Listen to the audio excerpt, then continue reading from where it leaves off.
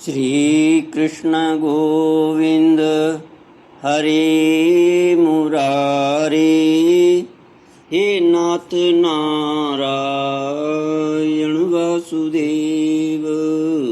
श्री कृष्ण गोविंद हरे मुरारे, हे नाथ नारायण वासुदेव।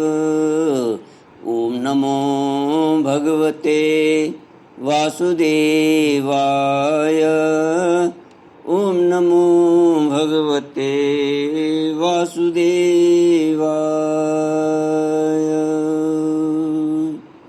कृष्णाय वासुदेवाय हरये परमात्मने प्रणतक्लेशनाशाय गोविन्दाय नमो नमः। सच्चिदानन्दरूपाय विश्वोत्पत्त्यादिहेतवे तापत्रयविनाशाय श्रीकृष्णाय वयं नमः।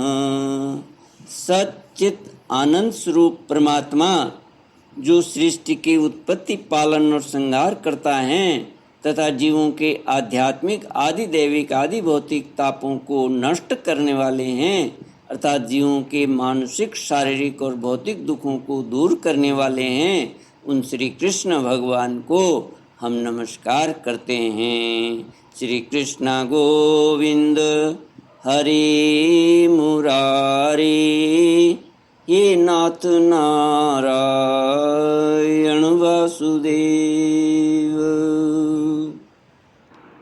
श्रीमद् भागवत षष्ठ स्कंद अष्टादशोऽध्यायः श्लोक 32 से।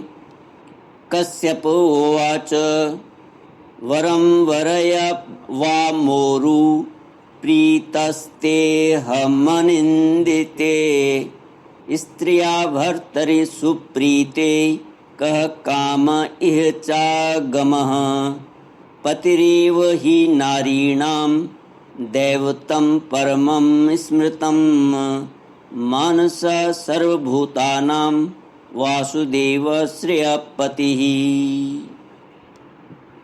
श्री सुखदेव जी कहते हैं, राजन,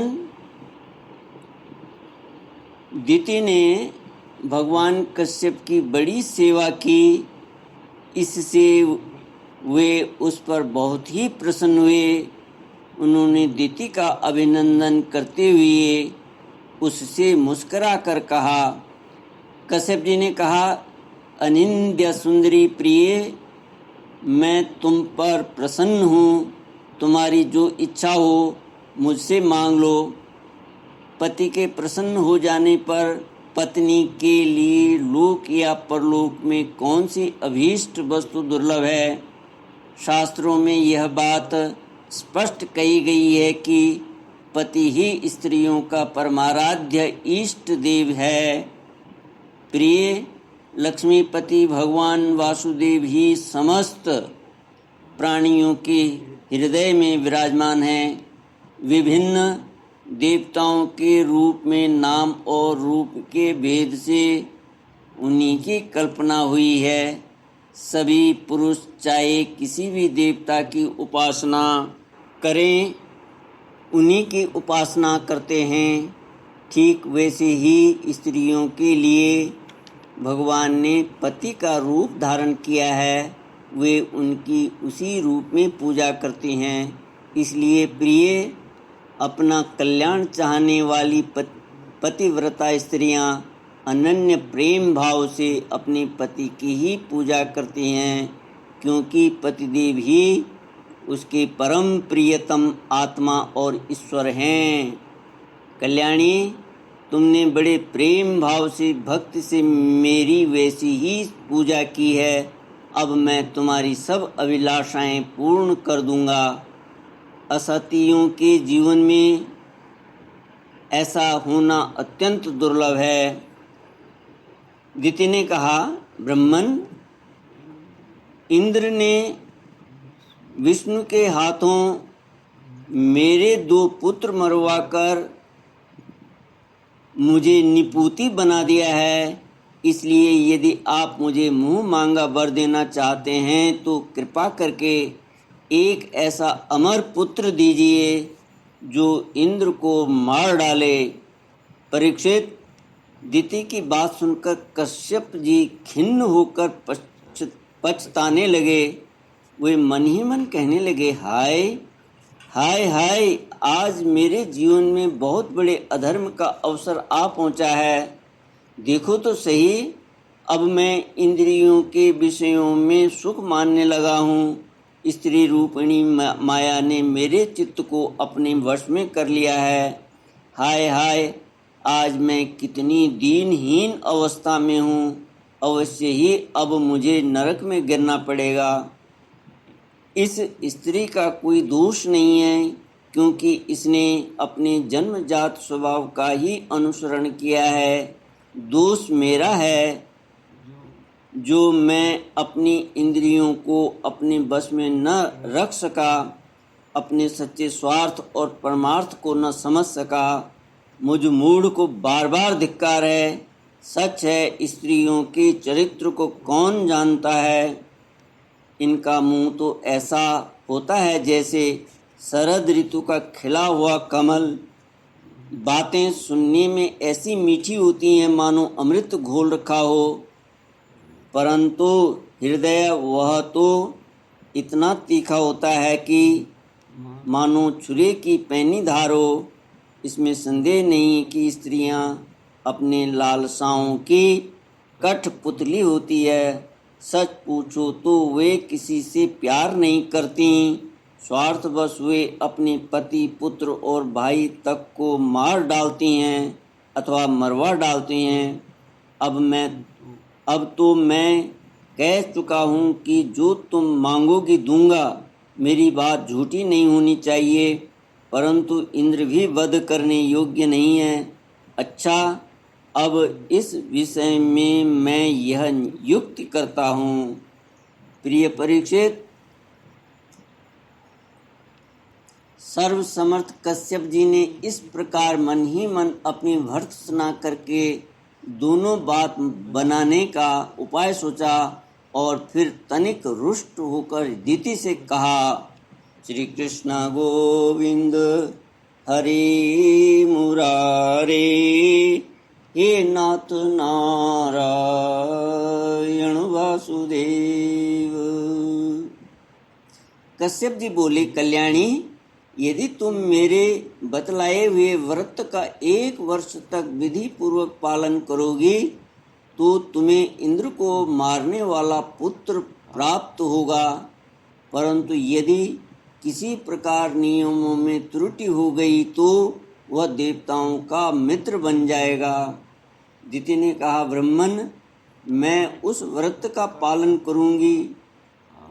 आप बतलाइए कि मुझे क्या क्या करना चाहिए, कौन कौन से काम छोड़ देने चाहिए और कौन से काम ऐसे हैं जिनसे व्रत भंग नहीं होता।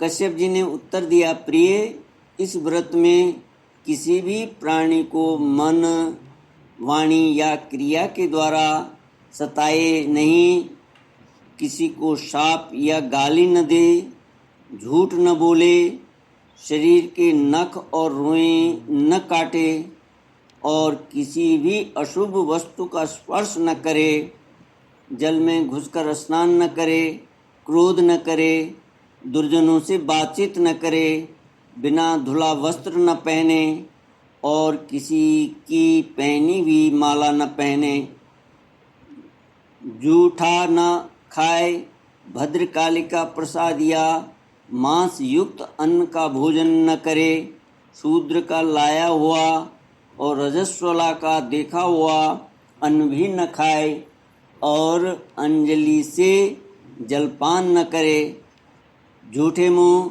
बिना आचमन किए, संध्या के समय बाल खोले हुए, बिना श्रृंगार के, वाणी का संयम किए बिना और बिना चद्दर ओढ़े घर से बाहर न निकले, बिना पैर धोए अपवित्र अवस्था में गीले पाँव से उत्तर या पश्चिम सिर करके दूसरे के साथ नग्नावस्था में अथवा सुबह शाम सोना नहीं चाहिए।